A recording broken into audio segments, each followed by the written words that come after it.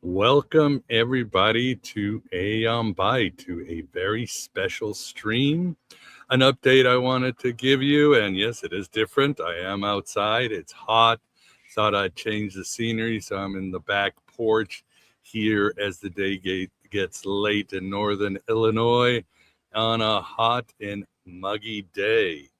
My name is Miguel Connor, and I am so grateful you are here for those of streaming. And again, I wanted to give you guys an update on what has been happening, and also a big gratitude here. And yes, we've got Vance. Vance is with us. Vance, how you doing? I'm okay.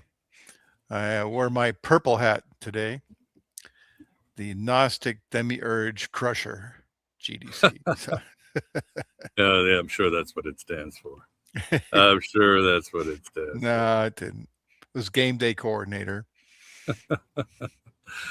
But anyway, I felt I needed to do that to inform you, to update you, just to see how things are going. Of course, this can, I don't know how long it will take, but it also can be just your traditional Gnostic AMA. If any of you have any questions, we are not going to worry about super chats or anything. Just give me your question. So I'll get right to the topic now. I'll do the first person thingy-majiggy. As I mentioned in my GoFundMe and other crowdsourcing initiatives recently, I was diagnosed with spinal stenosis months ago, which is a narrowing of the spaces in the spine that puts pressure on the spinal cord and nerves. And it certainly caused chronic pain, numbness, weakness, and all that. And it can get pretty bad, if you know what I mean. It has definitely made a huge difference in my mobility. It is a source of chronic pain. My left foot is numb, completely numb. It's been that way for months. There are times when I'm wearing my slippers or my flip-flops, and I have literally just walked out the house or a store, and I'm walking around going, oh my God, I'm not wearing my left footwear. That's how bad it is. And it really started late last Christmas. I was at the mall with the kids.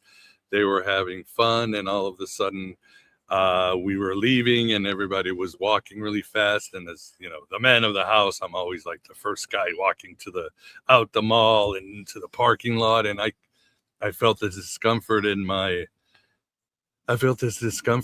hip, and I was the last person to get to the car. And it just started getting worse. The pain in the hips started getting worse. The back of my leg became just aching again. My foot started started going numb, and mobility just started going the way of the dodo. And eventually I went to my doctor, and he did some tests there, and he thought, man, you probably have spinal stenosis. Something is squeezing it, and it's affecting the lower part of your body. And my doctor's great. He's very red-pilled. If you ever go to his office, if you've been to doctors' offices, he's different. You'll see Egyptian busts and books of the Dead Sea Scrolls and Simon Magus and all that. He's all about the East and West and the alternative, but he's also a very good doctor. So at the time, because we live in our wonderful, at the time, now we live in our wonderful healthcare system, the budget only allowed for my wife and the kids to be covered. And even now I have no insurance, and I don't even qualify for Medicare or Medicaid here in Illinois. So to get an MRI would be expensive, and instead we talked about, or other tests, we talked about, let's just do physical therapy. So I started doing physical therapy. It probably would have been worse because I've always done yoga for the last 20 years. Once or twice a week I do yoga, but he recommended to do daily physical exercises and stretches, and things got a little bit better. They did get a little bit better, but not enough. And eventually with spring, suddenly I realized I'm in a bit of trouble, because as I mentioned, something like mowing the yard was just brutally painful. The walking the dogs out the street, going to the park with the kids, very limited. All the things that I took for granted were suddenly gone, and they weren't getting better. And I was starting to I was basically starting to freak out. So what happened in May, I kind of vacillated, mainly because there was so much going on. I had some financial deals go south, which really hurt. As many of you heard, I had some issues with the landlord and the Karen neighbor, which was eroding me. Life was happening. I had this horrible virus that kept me out. I had a battery of things that were just nailing me. And you might say that Gordon's death really took me out of my game. It's like, you know how you're going through life and you sort of Legoed your life together, and you're like, well, I'm taking one step at a time. And then that thing happens, and you're just, the Legos fall apart. You don't know what to do. You don't know what's north and south. And obviously when there is a death, our physiology always changes, right? I mean, I remember when the death of my best friend and death of my brother, death of my mother, suddenly everything changed. My sleeping patterns, my bowel movements, my eating patterns. Your body starts to store things, pain in different parts of you, and you assume it's the aches. All these things were happening. And I realized that I was getting much worse with the stenosis. I was sort of in denial. I was assuming that the exercises were enough. and I was just becoming more and more handicapped. And finally I said, I've got to, I need help. I need help. I need help from you, and your help has just been amazing. And I'll get more into that too. And a lot of times, and I must admit, I never wanted to do a GoFundMe. Two reasons. I always thought GoFundMe is just if I have tubes in my mouth, I'm in the hospital and I need it. But again, we live in this wonderful healthcare system where all it takes is one bad day, one disease, and you're in trouble. It's a complete disaster. It's downright evil in many ways. I've talked to my brother. He's a very successful executive at a company. He does very well. He's worked very hard. And we've done the math, and he's like, all it takes is one cancer in the family or one accident. And he says, my lifestyle would just plummet to basically nothing. And it's a horrible way for people to live in this country, and it's almost unnecessary. I am an anarchist, but all things being equal, and they made this horrible system, this mess, might as well try to fix it, do it like the old days. And grateful that at least we live in a time where you can crowdfund and like the old days. And we live in a time where there are alternative choices and medicines and modalities that can help. And I'll get more into the advice of that. But so I didn't want to do it too. The other reason too, and I want to be completely transparent with you, is I did do a GoFundMe in 2013. And this one was to do the Aeon Byte reboot.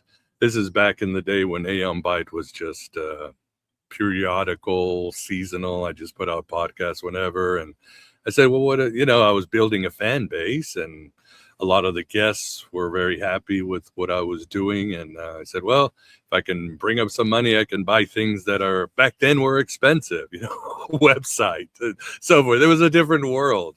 You did need quite a bit of money and a little bit of marketing and revamping.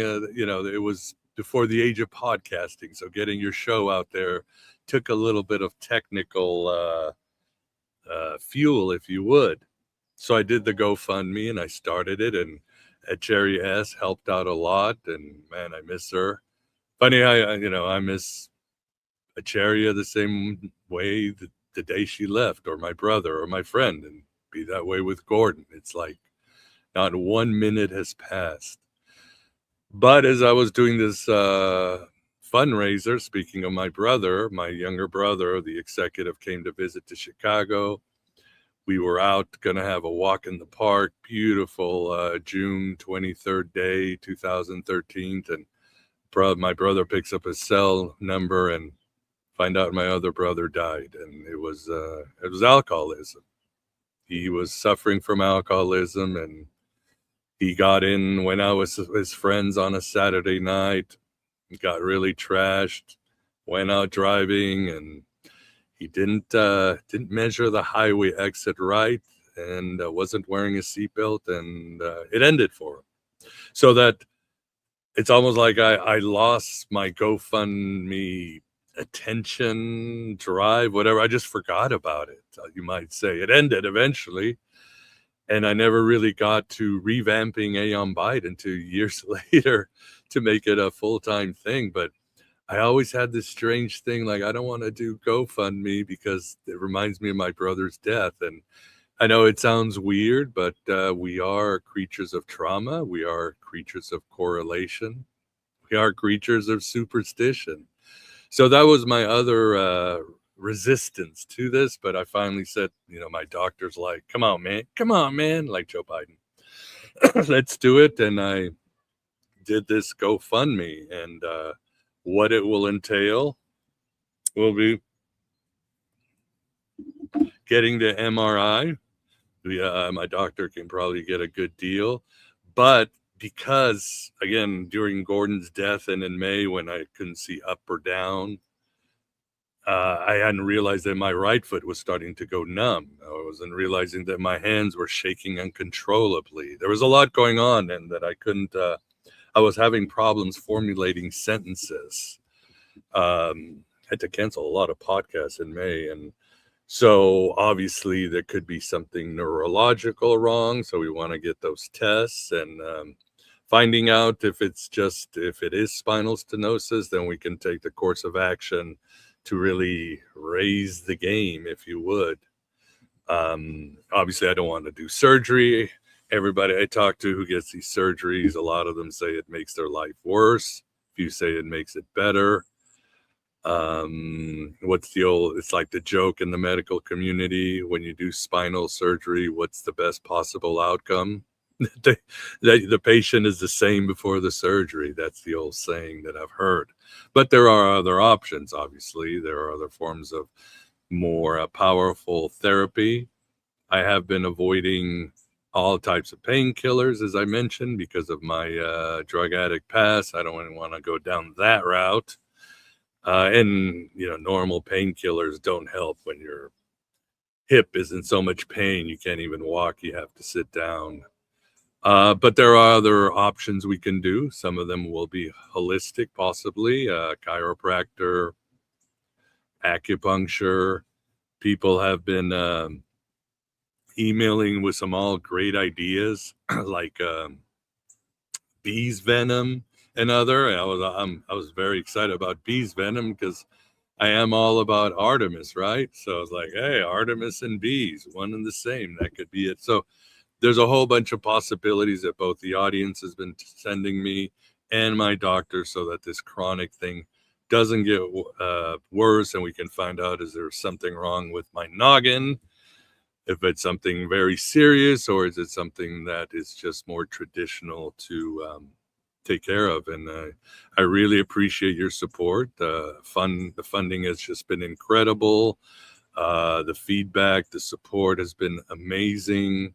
I really love you guys. You guys are amazing. And I don't want to do this. You guys know me. I've been doing this for decades.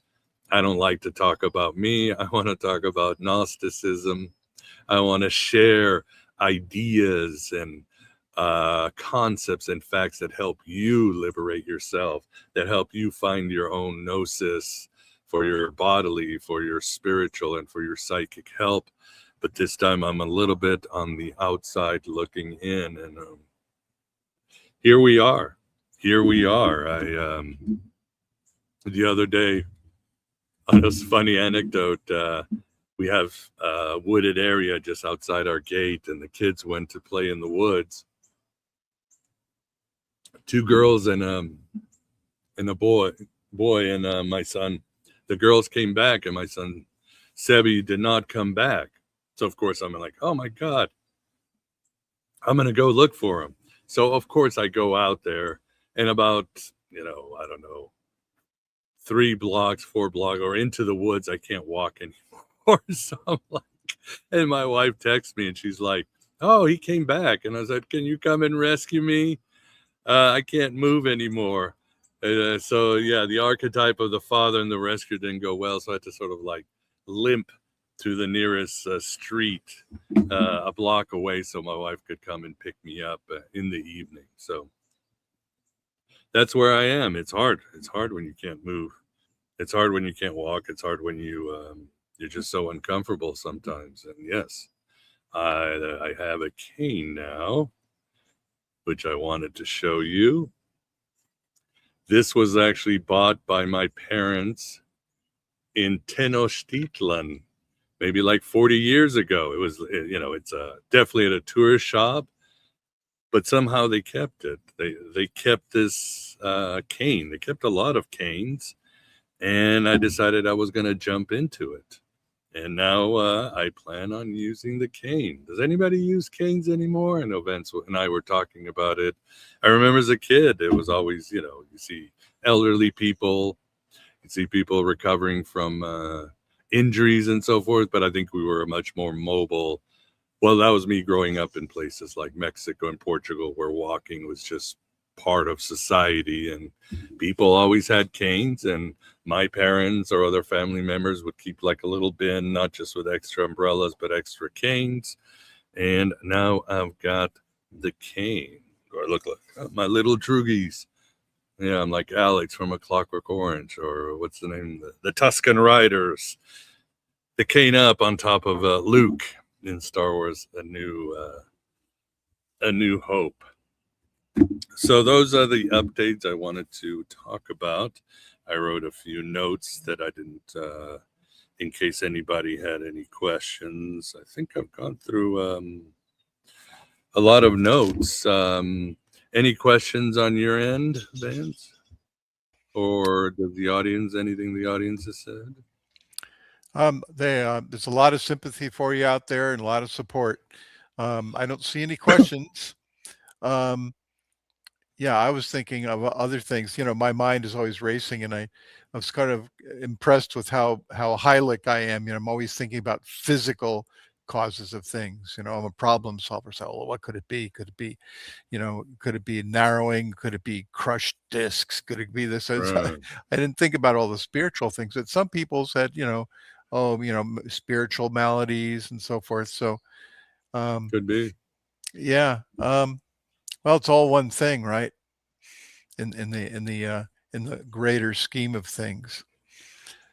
It is. I think through May, that's my advice. With all the stuff happening and the pain, I really went inward. My advice is, as always, I went inward. I really upped my meditation practices, my spiritual practices. I would do a lot of protections. Some were traditional magical, some were Christian. I really went in because I knew falling apart was not an option, or it was an option, but because I knew this was a test. This was just life, the algorithm of the universe sending you stuff for you to understand yourself. And I really, I found out how much shadow material I still had. It's endless, or Watika, or the sludge. I kept going in, and I kept finding all these points in time that were connected to my spinal stenosis and Gordon and all these synchronicities. And I kept traveling back to my childhood. It's like, oh my God, I haven't dealt with that. Oh my God, I have a big fear of this that is caused because this one time my mom and I were stuck in Africa and the plane had broken down, and my mom was freaking out because we were all alone in a very kind of a dangerous country.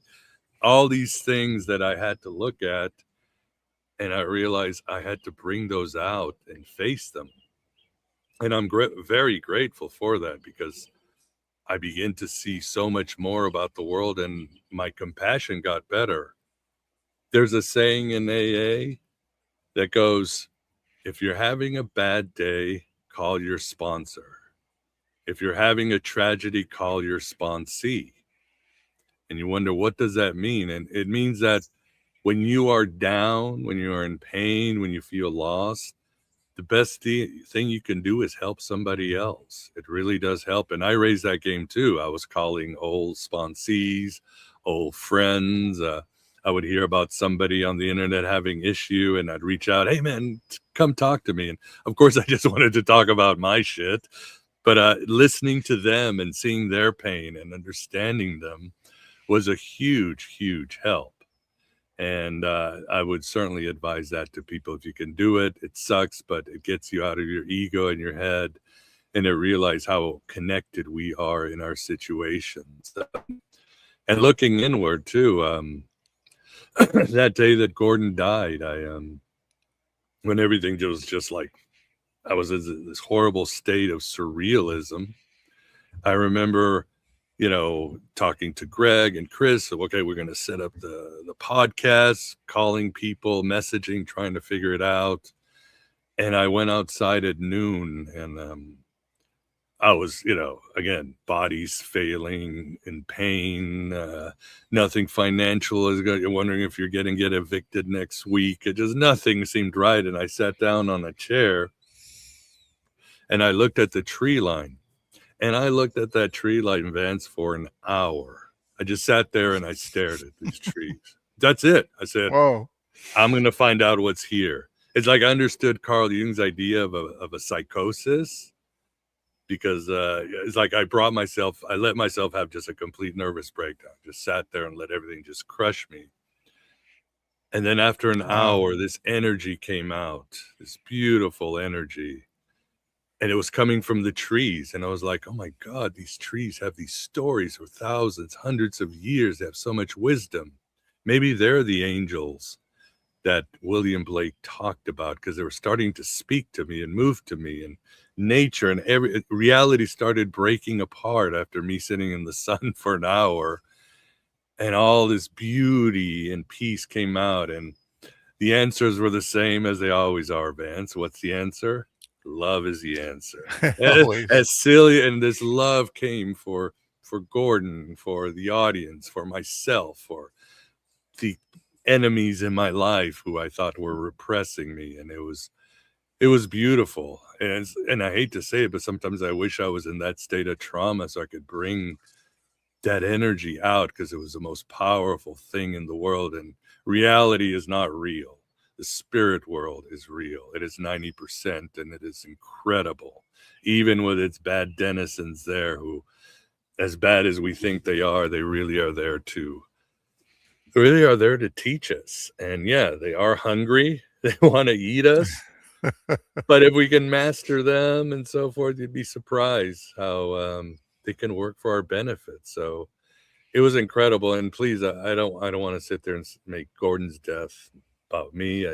Every day I pray for James, that he has solace and his family and all that. But obviously it's a huge void as a friend, as somebody who is on the side of light. And so many others are suffering now, and we've had so many deaths, and it seems, yeah, don't go into ufology. That's all I have to say. That's what one of Gordon's statistics he studied. People in ufology always, they lead shorter lives. That's why I'm not even watching the Spielberg movie. I'm done. And even after Gordon's death, I was like, what is the point of life? I was like, why do another podcast? Why do anything? Wow. Here's a nice super chat. It's a good form of support. Are you sure it's not just lower back pain from swinging around that true pompous of gnosis? I wish. I hope so. God, I hope so. Dude, I've done all these great stretches every day, and whatever my doctor tells me I've been doing. It could be Stretches hurt. Do the stretches help after you do them? They start very little, though. That's a problem. The progress was not as good as it should have been. Let's put it that way. Yeah. Again, my left foot is still numb. You could come and step on it, I wouldn't feel it. So wow, we really need to escalate it. You know, one thing that I've learned over the years, believe it or not, I was once part of starting a healing center for me, of all people, right? Wow. Mr. Technical Guy, yeah, with the spiritual mentor that I was associated with, and she moved down to Sedona, Arizona, and she was very much into massage and physical therapy and so forth. And one thing that I learned through all that is that your muscles, if it can have a chronic, like stress, can chronically tighten your muscles and distort your body, and it can cause things, similar to, at least some spinal issues. I don't know about stenosis, but that's where a lot of chiropractors, work. But the problem with chiropractors is there's some really good ones and there's some really not good ones.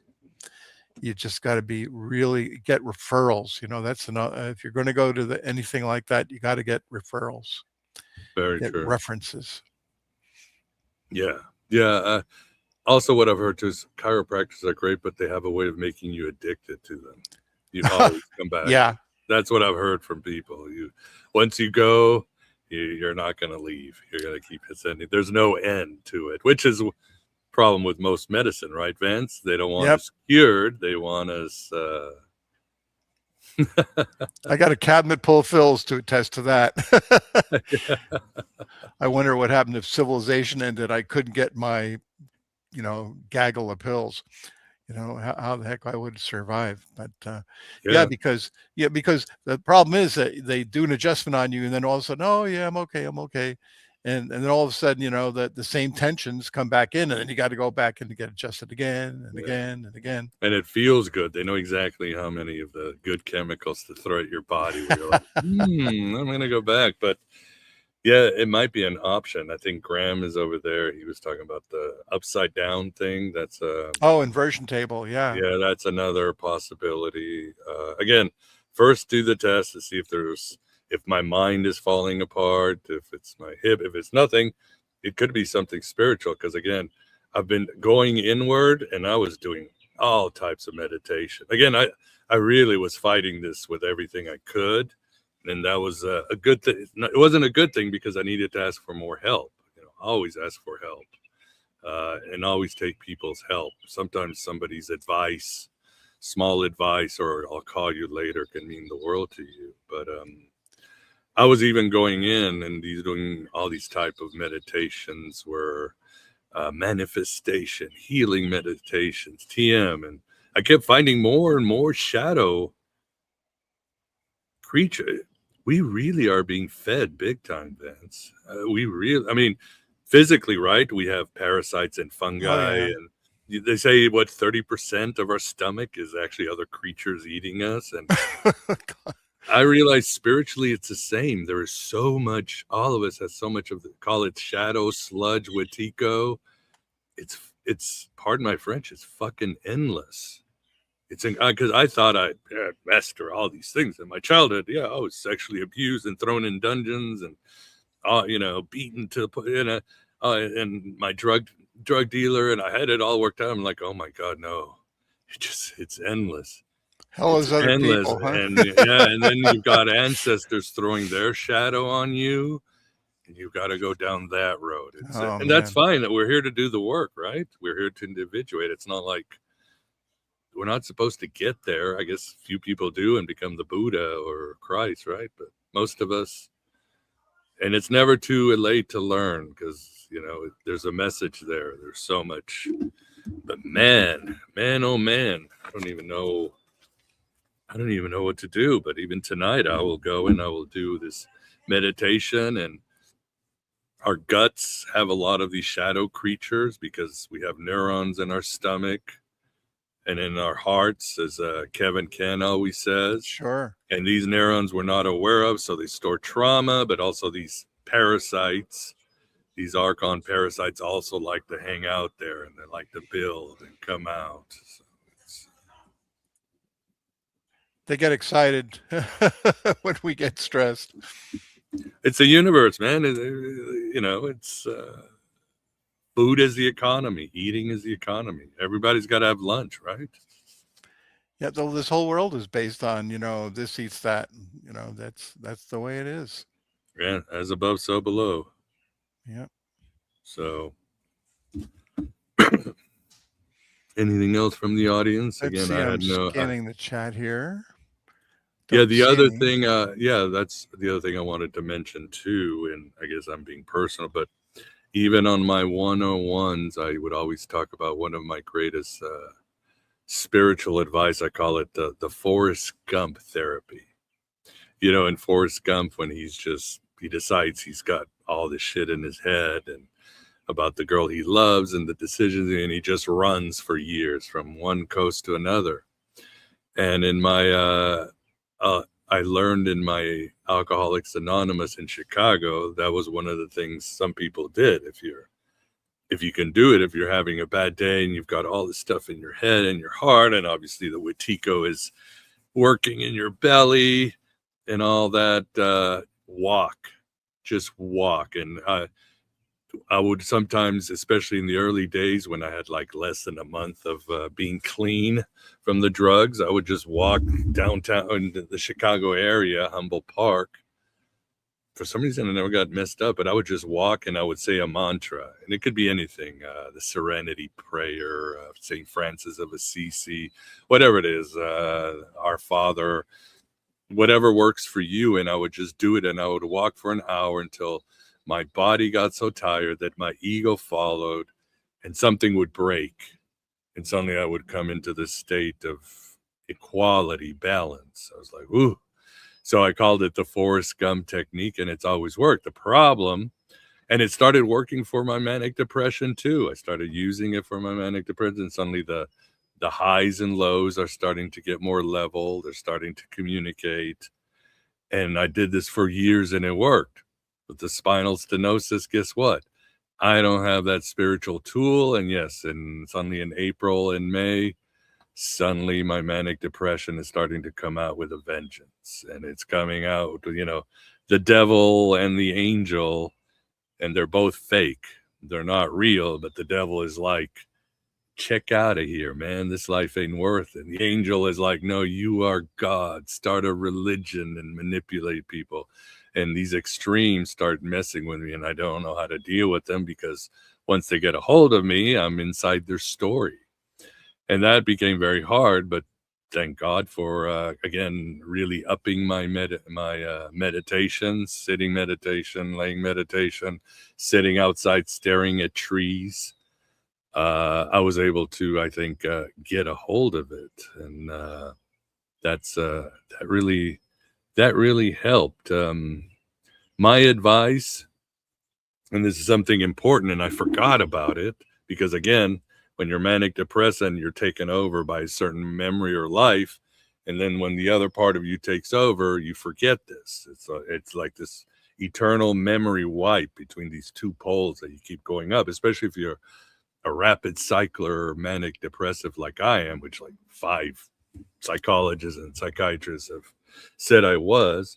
But this is from a Jungian, and it makes perfect sense. He says the impulse to, you can't say it on on the internet, unalive yourself is your ego misinterpreting its job or what the signal is supposed to say.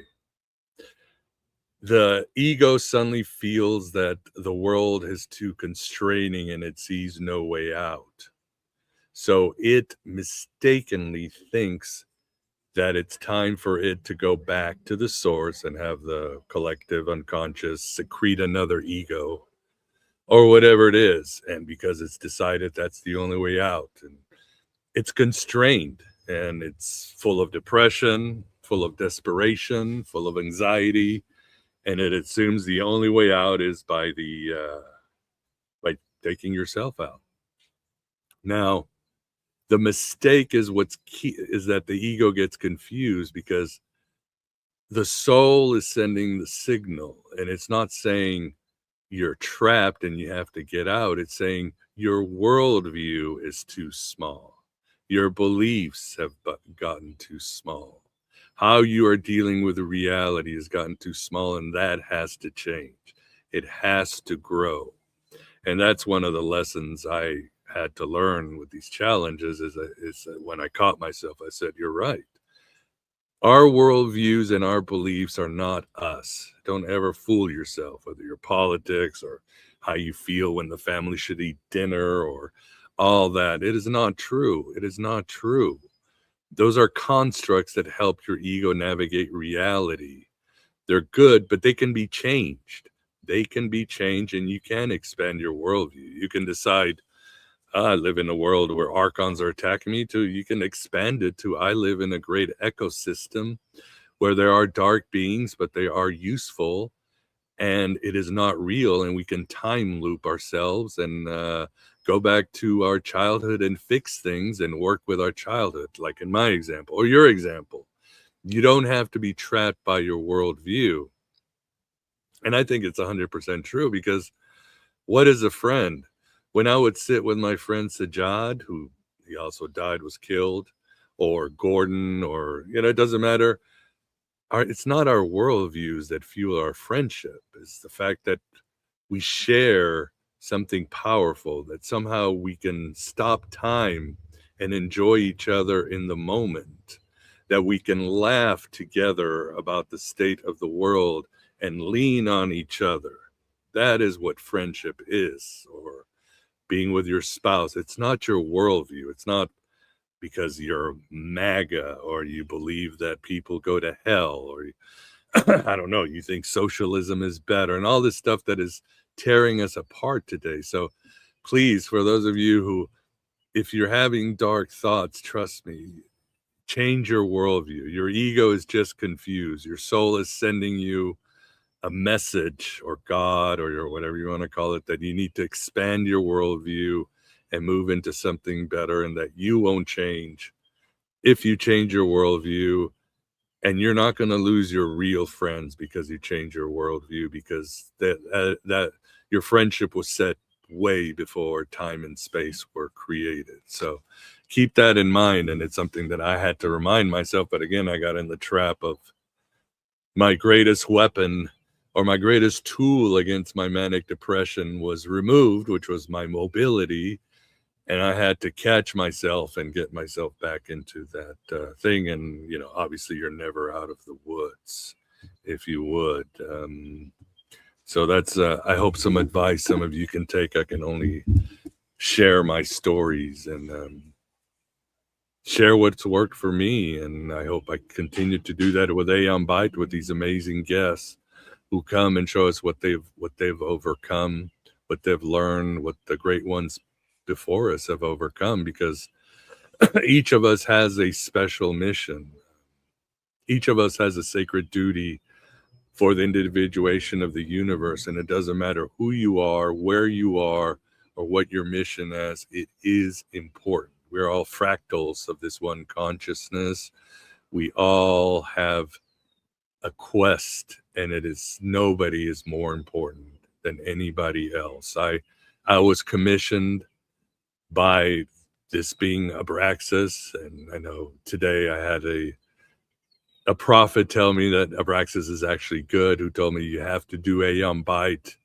We won't tell you when your last breath or your last show will be, but you are there to share these Gnostic experiences. Life won't be easy. You'll go through good times and bad times.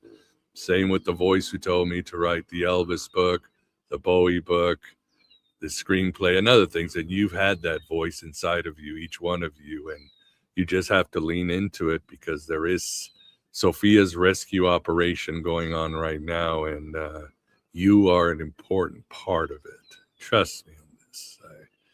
I swear upon my soul, I do. So Funny you should mention Abraxas, because Drew M.F. Lewis, basically, you've been really talking about this quite a bit the whole time. I was going to ask you if anything has come to you in terms of leading you into direction to resolve the issues that you're facing right now, you know, with physical issues. I don't know. Again, the idea is, let me think about it. Is there any wisdom or knowledge from your experience with Bryce that helps you face all this now? No. Again, it was a commission. It was a call. It was something that told me, you just got to have faith. All shall be revealed in another dimension. We don't get the answers. And what you're doing helps others. And it doesn't matter how many others, but it has to be done. That is your mission. And that's how it is. I mean, in my Abraxas experience, I thought Abraxas was this terrible void that was swallowing everything. And even for a while, I avoided even talking about Abraxas. But again, today, somebody who's had powerful vision, she told me, no, he's actually both yin and yang. If anything is that dark, it has to have a light. So I don't, my prime directive is to share these Gnostic experiences, and they have helped me with my worldview, which has been a part, which has helped my ego been able to navigate reality. But of course, it's sometimes not easy. Sometimes am I doing this in the void? Is anybody listening? Do all these Gnostic ideas even make a difference? As much as it seems the world is obviously Gnostic, but then I just say, shut up and just do your job. Like, oh, here's one. Yeah. And I don't have it with me. When you have a minute, Vance, here's an example. I wanted to also make the announcement that about my David Bowie book that's coming out in January, could you go to the Inner Traditions website and pull up the David Bowie book and do it Okay. as a share screen while I talk? And here's another example. When we did the David Bowie book, it was going to be called the editors and I, the Gnostic David Bowie. But then, and rightly so, 100% right, the salespeople at Simon & Schuster said, nah, nobody knows Gnosticism. We'll call it the occult David Bowie. So the book's name is going to be The Occult David Bowie, and it's going to be out on his birthday, January 8th of this year. And if you thought the Elvis book was a ride, this one's even more. I mean, I went in, I didn't know. I knew about his esoteric proclivities. Oh, they already changed it. Yes, I do have. There you go. The Occult David Bowie.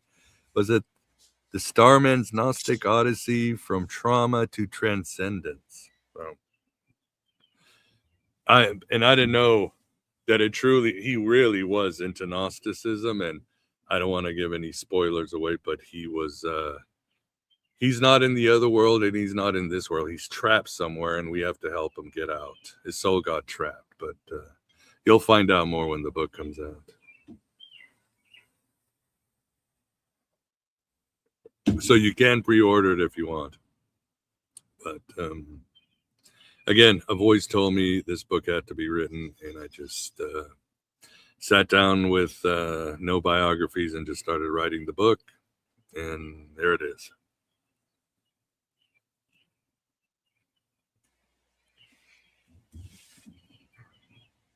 Thanks, Christina. Yes. Yeah, I think you'll be more mind blown for it. You will be, getting to know David is amazing. It really is amazing, but it's also painful because he really suffered. From the moment he was born to he died, life kicked his ass as much as you wouldn't be, even through beyond his drug days and everything.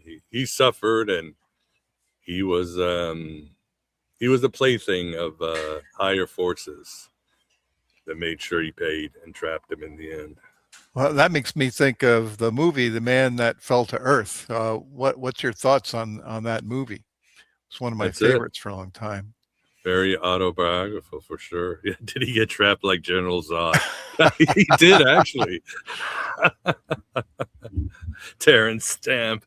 Loves Terrence Stamp as General Zod. But yeah, it was very autobiographical, and there's just this weird lattice or connection, and Noah from The Secret Sun is going to do some star maps on it, but there's this weird connection of David Bowie, Elvis, David Lynch, Ridley Scott. I mean, it just Philip K. Dick. I mean, Valis is based on the Man Who Fell to Earth. Dick was so obsessed with that movie, he would go there he would watch it many times. He thought there were secret meetings and all that, and that's what really inspired him to get down and write Valis beyond his mystic experiences. In fact, was it Eric Lampton appears in Valis? That's David Bowie. He meets David Bowie, the character, his idea for David Bowie. So there's this real weird Gnostic, astro-Gnostic, space age Messiah vibe between all these figures that keeps going. So this book really ties it all together. Well, they all kind of channel information out from, the beyond, the place that, we all get different aspects of it, but, these people are inspired, and it takes a lot of work to make movies and write novels and so forth. And, most of the time, I think these people are inspired from above, if you might say. They are possessed. It's like the voice, Plato's divine madness, the muse or Dionysus or Apollo or some figure will possess you. And Philip K. Dick hated it. He writes, the last thing you want to do is be possessed. Enthusia, the Greek call it, being possessed by Dionysus. He hated it because once these beings take you over, then your life sometimes gets worse. I mean, my life financially and everything else was so much better before the Abraxas experience. I've never recovered. And the Elvis book and the Bowie book just took so much out of me. And it's not like I'm ever going to swim in money or anything like that. So I don't know. But that's just the way of the gods and the spirits. They take over. There's some mission, and we humans, because we're in between the animals and the heavens, we are the perfect vessels for whatever war or fixing has to be done down here in this sublunar world. I don't make the rules, man. I just It's like when you drive your kids to school and you don't experience the benefit that they're getting from being educated, but it's important. They need to get there. Like writing a book must be a little bit like driving your kids to school. You're leaving something behind for people to benefit from. right. And you'll never know. These people read it and they'll benefit from it, and you might hear a few things here and there, reviews or personal contacts that tell you that they love the book, but there's so many more people that will benefit and enjoy it, and people whose lives will be changed that you'll never know about. Mm-hmm. It's true of us all. It is. It is. I'm sure we can all think of a teacher or somebody, and we never got the chance to thank them, did we? But we remember their words and their advice. Yep. And who knows from other lifetimes. So. Still scanning for questions. There's so many members on tonight.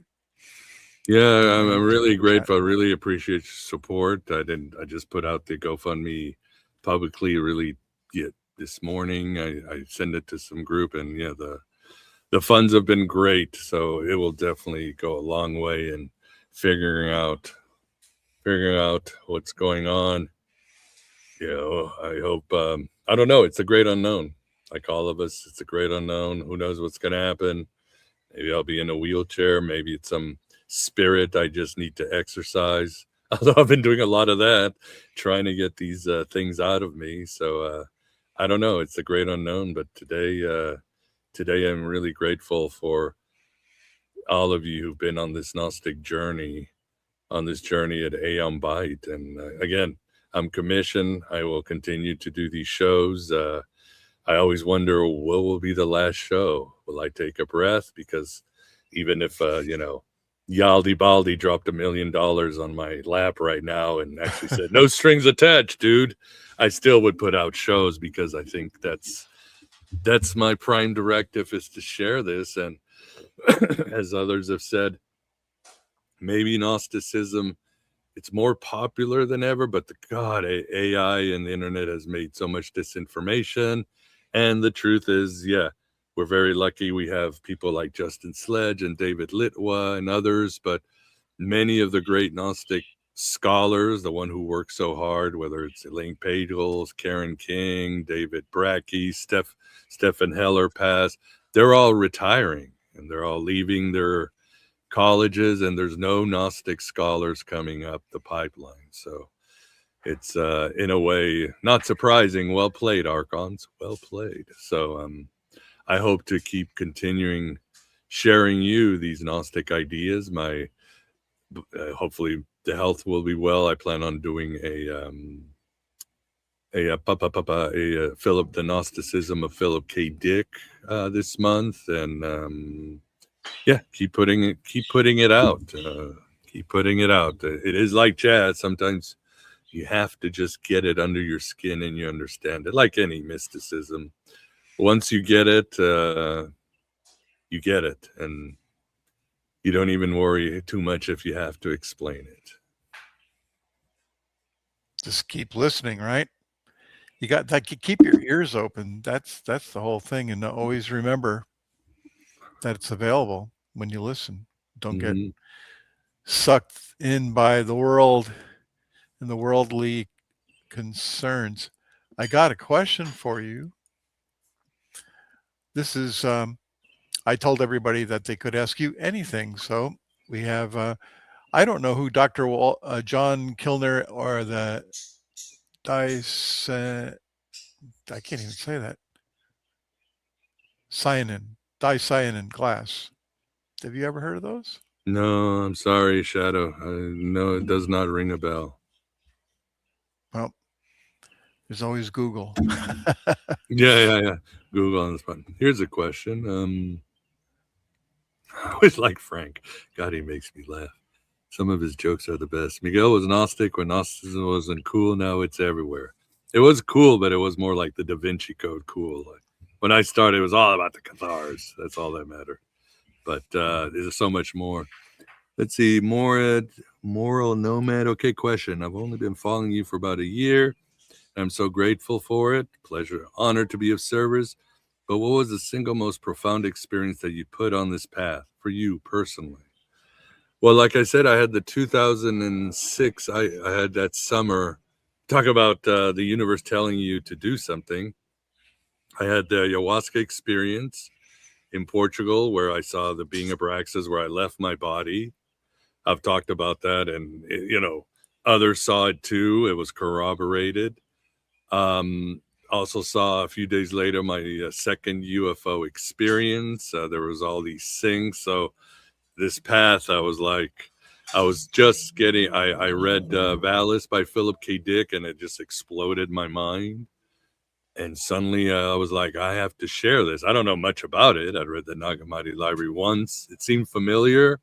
When I read it, it just seemed like Sophia belonged in Christianity. That was like, I couldn't understand these, Secret Book of John and on the origins of the world, but I was like, Sophia really belongs here. There is something and she needs to come out. And I just started doing the podcast. And again, I was lucky my first guests were individuals like Elaine Pagels and Bart Ehrman and translators of the Nag Hammadi library. I was very blessed. But with me, ayahuasca has always really exploded when I do it with Santo Daime. I always get some amazing vision. The Elvis book came after an ayahuasca experience, but that's me. We're all different.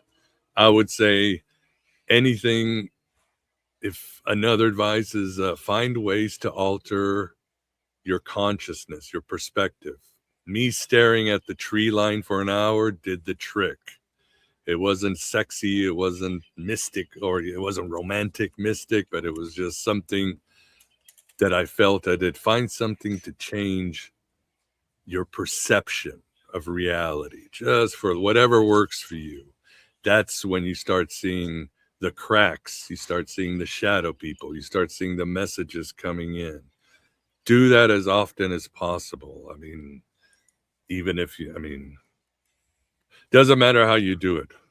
Try and do it every day in some way, even if you have to stare at something until it gets blurry or something that gets you out of normative reality to a little state of ecstasy every day. You'll be surprised what will start coming through. And we're all different. I mean, what works for me might not work for you. So that's, even now as my moods are getting better, I'm still doing it. I will be doing meditation, strong meditation, before I go to bed tonight, and I will do it in the morning, and I will do mantras and prayers and all that as I try to get through this and just keep at it. So yeah, keep at it. I mean, experience of the spiritual world is like nothing else. Another question. Here's a nice general one. What are your thoughts about other spiritual traditions such as Sufism? Well, I love Sufism, obviously, as many have noticed. Sufism is definitely one of the Gnostic descendants of the classical Gnostics. It has a lot of Gnostic ideas. Same with the Ismailis. So yeah, Sufism is a wonderful tradition. It's been a while since I've really studied it. It's been a while since we've done any shows on it. But before, yeah, we were always doing shows on Sufism and all that. So that's a tradition that definitely you can tie back to the ancient Gnostics. Again, the Ismailis, or as they were known, the Assassins, the Druze, and other these sort of esoteric Arab, Muslim, Persian movements that definitely come from the Gnostic worldview in many ways.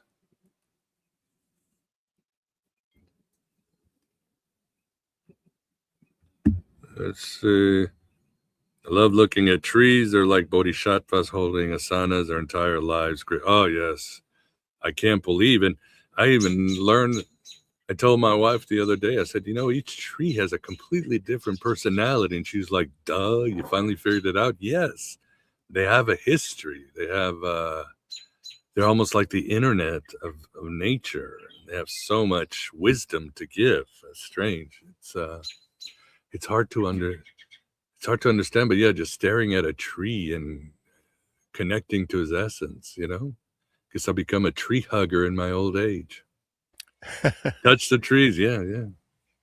Yeah, I love trees too. We got all sorts of trees at our house here. I've been what really does it for me is I go out and soak in the sun. The sun is and Yeah. it's interesting too because there's something that when I close my eyes, sometimes I can see little pictures of various things. It's interesting. It's kind of like vision without actually using your eyes. I'm not sure what a lot of it means, but it's a meditative state. It really puts you in a really meditative state. Can't sit out there too long though. Don't want to get burned up. But No, yeah, I do that too. Yeah, 15, 20 minutes. I used to go for yeah, walks. Now I just sit outside. And another trick I learned from Kevin is even in the sun, close your eyes and stare at your third eye with your eyes closed. Look up, focus on your third eye, and you'd be surprised what messages come out. And I'm like, well, did you make this up? He's like, no, this is something that the yogis have been practicing for thousands of years. So, right. because there's your third eye, and in a way, if you're just staring at your third eye with your eyes closed, it'll start to open and also break all the calcification to your pineal gland. So sometimes when I need an insight, that's what I do. It's a nice exercise. So, but again, whatever works for you, I just pivoted to what worked. Oh, here's I was just going to put that up. Yeah. Well, that's the thing. I mean, I think Allah is a name that has many connotations, but obviously they are worshiping the one, but because of their culture, they're going to call it Allah. For example, the ancient Greeks or the philosophers knew that there was the one, the monad. That was, the undivided consciousness, the ground of being, the source of all goodness in life. At the same time, they couldn't walk around saying that because the culture they live, so they would often replace the one with Zeus. So there's nothing wrong with that. You just have to do it sometimes. Like, you have to tell somebody, I'm talking about God. So the Sufis are talking about Allah, but not the lower Allah that you might say the common people would be talking about. So yeah, don't get caught up too much in words. There's nothing wrong. Yeah, and then there's the inner tradition and the outer tradition, right? There you go. All these institutions, they have this outer shell that attracts people and that tells them you got to do this, you got to do that, and they're substituting for your inner voice. And then eventually you can get. In fact, I was just reading about the traditionalists, and the traditionalists think that that the only path to mystical revelation is through the institution, but the traditionalists say that the outer part of the institution is the shell, and you got to break through the shell to get inside. You have to be initiated, see, and then you go, and it's like a lot of the like the ancient Greeks and so forth. People that sat around with Plato and all the other philosophers, they had to be initiated, but that's a little bit of a fight. But these days, we're feeling that our lives in modern society can provide initiation outside of the institutions, like in groups like ours. Mm-hmm. Yeah. People got their ideas how to do it. Again, there's no right. I mean, whatever gets you through the night, as John Lennon said, whatever gets you closer to God. and I just use the word, whatever gets you close to this deep connection to something more real, and again brings out a sense of love and compassion and yeah, just general balance. So as I say, we are, as I say on AM Byte, we are not the final authority. We are not on anything. We just hope to be an endless possibility for everything. You are the final authority.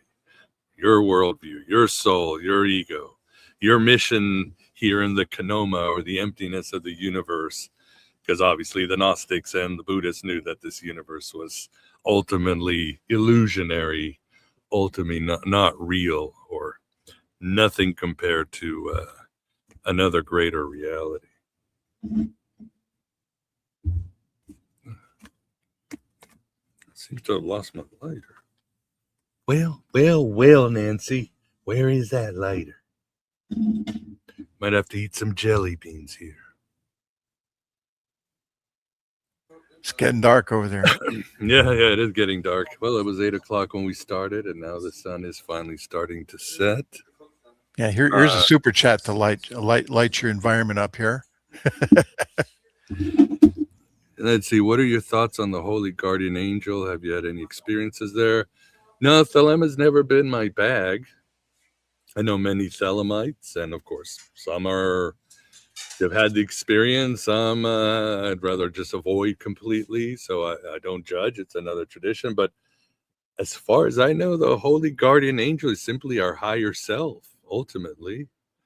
It's our daemon. It's the part of us that is beyond time and space. So I like the concept. I mean, I think it makes sense. I think that's what Crowley was really shooting for. How do we make, because we do have a part of us, again, it's an iceberg, only a small part of us, the ego, the Jungian psyche, and most of us is this ocean of awareness and being. So that's the higher self that we want to make contact with, that is it's full of love, it's full of direction, and it has all the guidance that we need to deal with our mission here in the simulation, in our Truman Show, if you would, in the Black Iron Prison.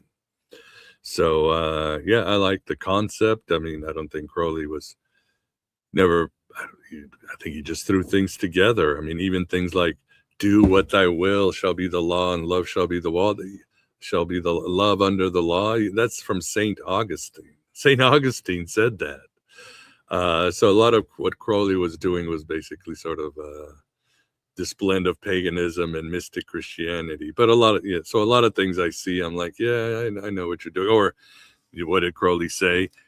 We are all stars. It's beautiful, right? Guess what? Plato said that. So, I know there's nothing new under the sun, right? But it's hard to bring any innovations. Sometimes our best innovations is language, a language that breaks us from our normal reality, which Crowley was trying to do. That's why people like, I don't know, whether it's Heidegger or Jung, can be so mind-bending or mind-expanding, because they come up with new terms and languages that break us out of our normative thinking. As I said before, and my friend Dr. Sherilyn has explained, the ancient Greeks had a much bigger vocabulary than we did. We have more words because of science and categories and all that, but when it comes to conjunctions and adjectives and all, they had a much bigger vocabulary. Because they had a bigger vocabulary, they were a lot more nimble with their minds and ideas and getting out of normative consciousness to different places for answers. So, language, or that's my David Bowie book. Language is the great archon, as God, forgetting his name. Hopefully it's not the stenosis. Who wrote Naked Lunch? People who wrote Naked Lunch. Oh, I got a mental block on it too. I know people. Hunter Thompson, right? No. That's the other guy. Oh my God. I only cite him 1,000 times in the book. William Burroughs. Sorry, Yes, senior moment. I William get those Burroughs confused. always said that, yeah, the two most dangerous archons, and he was definitely very Gnostic, admitted it, were time and language. And David Bowie bought that hook. He bought it completely. But David was always trying to figure ways to break language, to break normative reality. And he wrote plenty. If you look at some of his lyrics, yeah, time is an archon. It's something evil that we must overcome that keeps us trapped in this world. And language, too. Look at our world. Language limits us, it divides us. And instead of expanding our consciousness and deepening our connection to others. Yeah, it's like a path. Language is like a set of pre-worn paths, and you can't get off the path if you just stay with a certain language. That's why people, create new words, so forth, and That's it. so on. Mm-hmm. Well, gosh, we got a lot of things building up here. I didn't show our new members.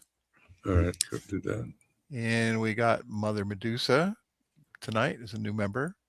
We've got a huge super chat. Oh, thank from you. Whirlwind. And we've got Jason Abadi also gave a huge super chat. So he's donating here instead of GoFundMe. Thank you very much. Appreciate it. Yes, I do have, some of you I understand don't like GoFundMe. It takes 16%, whatever. But I do have Bitcoin, Cash App, Venmo, PayPal, all on the show notes. If you want to support me getting better, you do that, or let me know. Somebody wanted to send me a physical check today. I gave him my mail. So yeah, I understand, but any way you can support is great. Oops, that was an old one. Let's see. Wow, they're really coming in here. Here's another super chat. Thank you. And here's a question for you. And now here's something that's kind of touches on some of my personal history. I'll tell you in a second, but here's your question. How about Edgar Cayce? Health advice? No, I don't. I would love to hear his health advice. Obviously, I followed his prophecies, but I have no idea what his health advice was. Oh yeah, he had a lot. In fact, there was Steiner a guy too. that lived down the street from me in New Jersey, Dr. H.J. Riley, and he knew Cayce personally, and he was a big hotshot in the ARE, the Association for Research and Enlightenment. Mm-hmm. And I'll never forget, I used to mow his lawn. Oh wow! And he'd invite me in and give me grape juice. He said, this is, this is really good for you. It was a part of Edgar Cayce's, a small, tiny part of Edgar Cayce's advice about how grape juice is good for you. I'll never forget that. He was a good guy. Yeah. Oh, there's so much. I get so much advice. I mean, I know magnesium has helped with my moods and my body, but again, everybody's different. There's so many alternative modalities. I've really appreciated those of you. Many of you have had your own back issues, spine issues, and you've told me this has worked for me, this didn't work for me. So it's, I guess that's what we have to understand in this world, is that we're not all one fit. We're all so different. If our minds are different, our bodies are different. We all react different to different medicine. Again, that's another problem with our healthcare. It seems one size fits all, but we're all different from what kind of supplements we take, what kind of modalities we try. And like spirituality, sometimes you just got to keep trying different things, and sometimes listening to your body, what your body will tell you. It will give you advice on what's wrong with you. Well, with all those things out there, that's where the gnosis comes in, right? Always asking for that gnosis, looking and seeing at some point things can ring. I said, wait a minute. Maybe this is the path I need to go to help, heal myself. Mm-hmm. Yep. Indeed. All right. Well, I think we better wrap it up. I really appreciate having such a good crowd. Again, I felt I wanted to explain my GoFundMe and where I am. and truly appreciate your support. Whatever you can give, I'll keep you guys abreast of what happens. Right now, probably next week, I'll go get the MRI and see what we go from there. Hopefully sooner. Great guests. We'll be talking about lucid dreaming on Thursday. Mark Booth, who wrote the very famous book, The History of the World, has come up with a new book, History of the Universe. And then I think this Saturday I'm giving an Elvis presentation at the Paranormal Conference in Chicago. And I'll be there with my cane. So if anybody wants to join me, I'll put it up on social media. Again, I'm so behind, so slow on all things. But yeah, lots of good things coming up. Again, I will keep doing what I'm commissioned to until either the powers of darkness or the powers of light deem it's time for me to leave the chessboard. But right now, I'm here. I'm here, and I am here to serve you with these Gnostic ideas, and I truly appreciate your support, your company, and your wonderful Sophia. Sophia, yeah, she's got it all down. Her rescue operation is going to go so well. Trust me on this. So I will say goodbye to everybody. Vance, thanks for being here tonight. I'm privileged and happy to be here, and I wish you all the best, as you know. And we'll see you next time. Yes. See you guys in a couple of days. I don't think I have anything in my notes that I forgot. If not, I'll keep you abreast. Anyway, take care, guys, and have a good night. As I always say, write your own gospel, live your own myth. And I love, of course, Julian of Norwich when she said very rightly, all shall be well, and all shall be well, and all manner of things shall be well. Take care, everybody.